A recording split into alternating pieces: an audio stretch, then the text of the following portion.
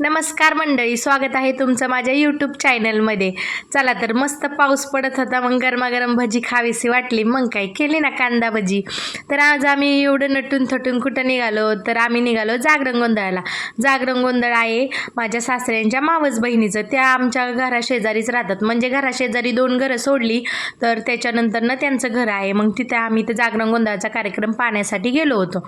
तर हा कार्यक्रम जरा वेगळाच होता, म्हणजे कधी पाहिलेला नाही बरं का. त्यांच्या अंगामध्ये येतं, मग ते व्यवस्थित त्यांचं काहीतरी गेनमाळ वगैरे काही करायची होती ते, त्याच्यामुळं हा कार्यक्रम त्यांनी ठेवलेला होता. ह्या त्यांच्या गुरु आई त्या होत्या.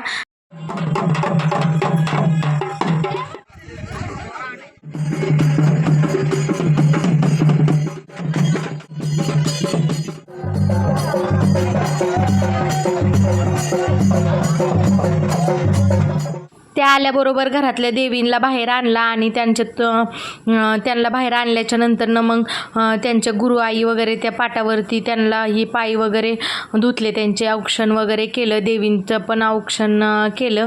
म्हणजे आधी ह्यांचंच केलं बरं का, देवीचं नंतर आतमध्ये केलं, अभिषेक वगैरे करायचा होता.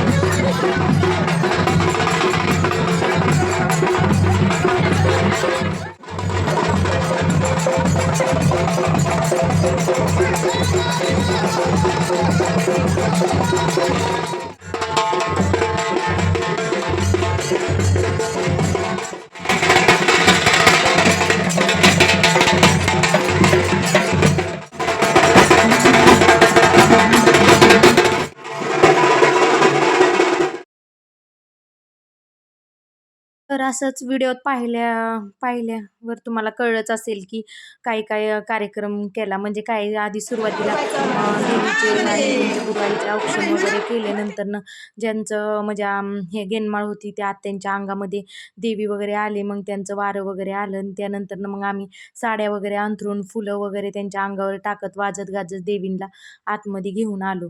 नंतर आतमध्ये घेऊन आल्याच्या नंतरनं त्यांना पाटावर देवाऱ्याच्या पुढे पाट टाकले व त्यांना तिथे उभा केले, म्हणजे त्यांना बसवले तिथं. आणि नंतरनं त्यांचा अभिषेकाला सुरुवात झाली. तर तुम्ही पाहू शकता अभिषेक इतकं एकदम छान प्रकारे चालू होतं सगळ्यांचं.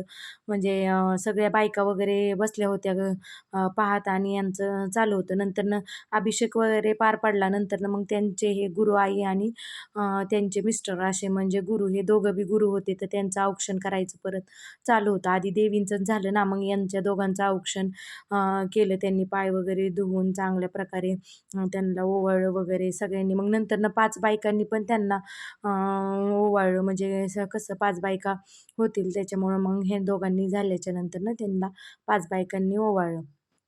त्यानंतरनं मग बाण लाटायचा होता, त्यामुळं सगळ्यांची गडबड चालूच होती आणि बाण लाटण्यासाठी बाहेरच बसायचं होतं. पण पावसाची भुरभुर मध्ये मध्ये चालूच होती बरं का. पण देवाच्या कृपा बघा ना, त्यावेळेस नेमका पाऊस नाही आला. मग नंतरनं रात्री खूप पाऊस लागला होता, तुम्हाला पुढे दिसेलच. त्यावेळेस पाऊस बंद झाला, कारण का सगळ्यांना मग तिथं बाण लाटायला बरीच जागा लागत होती ना, मग ते सगळे बाहेरच बसले होते. त्यामुळं मग बाहेर बसल्यामुळं बाण बाहेरच लाटला गेला. नंतरनं मारोग माळाय पण बाहेरच जावं लागतं ना, त्यावेळेस पण पाऊस आला नाही. थोडी थोडी भुरभुर चालू झाली बरं का. शेवट मग ती चालू राहिली, ती मग त्याच्या पुढे अजून पाऊस वाढत चालला. तर तुम्ही पाहू शकता बाण लाटण्याचा कार्यक्रम कसा चालला आहे.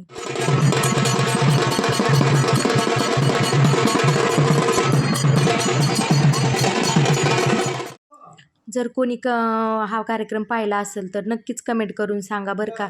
मी तर पहिल्यांदा म्हणजे खूप लहान असताना पाहिला आहे, माझ्या आजीच्या पण अंगामध्ये यायचं तेव्हा पाहिलेलं. तेव्हा तिची पण गेनमाळ केली मग तेव्हा पण तो फक्त बाण लाटलेलंच आम्ही पाहिलं होतं. नंतर जागरण गोंधळ उभा राहिलं होतं. हा जरा वेगळाच होता, पण आम्ही पण काही शेवटपर्यंत थांबलो नाही बरं का. पण आमच्या आईने सांगितलं मारूग मळून येऊस्तोपर्यंत जेवण वगैरे होऊस्तोपर्यंत आम्ही तिथं होतो. त्याच्यानंतर मग आम्ही पाऊस लागला आणि मुलांची उद्या शाळाही असल्यामुळं आम्ही नंतर घरी आलो. तर मग आईने सांगितलं नंतर हे केलं म्हणजे हारामध्ये वारं आलं त्यांच्या अंगात, ते हारामध्ये नाचत नाचत गेले. त्यानंतर त्यांना आंघोळ्या वगैरे घातल्या, मस्त सजून धजून साडी वगैरे नवीन घालून त्यांचं म्हणजे जागरण गोंधळ झालं. जागरण गोंधळासारखं जागरण गोंधळ केलं, पण हे विधी नवीनच होते. मग ते विधी पण पार पडले म्हणजे आई शेवटपर्यंत होत्या. मग पहाटे त्या आल्या घरी आणि मग त्यामुळं त्यांनी आम्हाला सांगितलं, कारण का आम्हाला पण खूप पाहावंसं वाटत होतं, पण काय करणार, विलाज नव्हतं. कारण का बरेच आजी नाही इथंच होत्या. मग आम्ही दोघी घरी गेलो. सकाळच्या डब्याची तयारी असती ना, त्याच्यामुळं मग पाहू शकता तुम्ही अशा प्रकारे बाण पेटवला आहे यांनी. मग म्हणजे यांच्याच घरी देवी आली ना, मग त्यांनी पूजा वगैरे केली बाणाची वगैरे, पाया वगैरे पडले आणि नंतर मारूक माळण्यासाठी निघाले. मग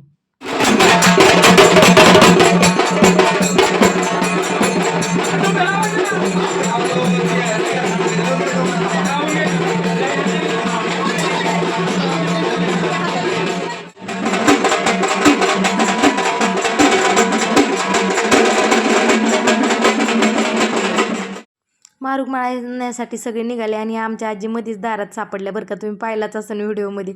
तर मग मी मोबाईल थोड्या वेळ बाजूला ठेवला आणि त्यांना दाराच्या बाहेर घेतला आणि सगळ्या बायका वगैरे गेल्या. मग बघा किती छान प्रकारे आम्ही असं शेतात चाललो, त्यांच्या शेतामध्ये चाललो होतो बरं का.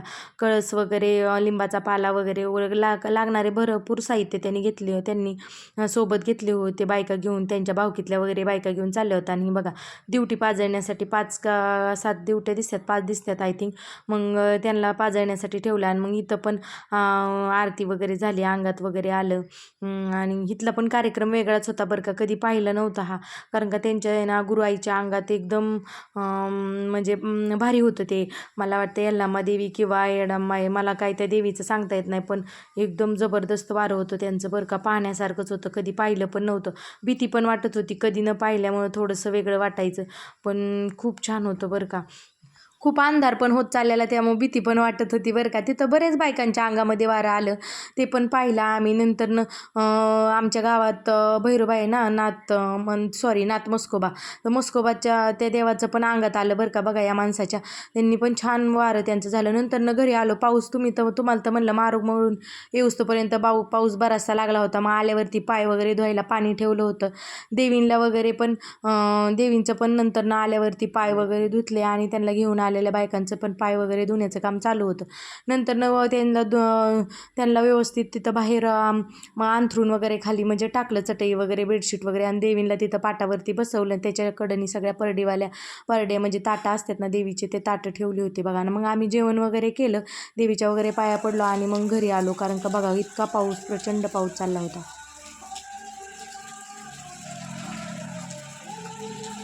तर पहा जागरण गोंधळाचा आवाज घरी येत होता. Bye bye.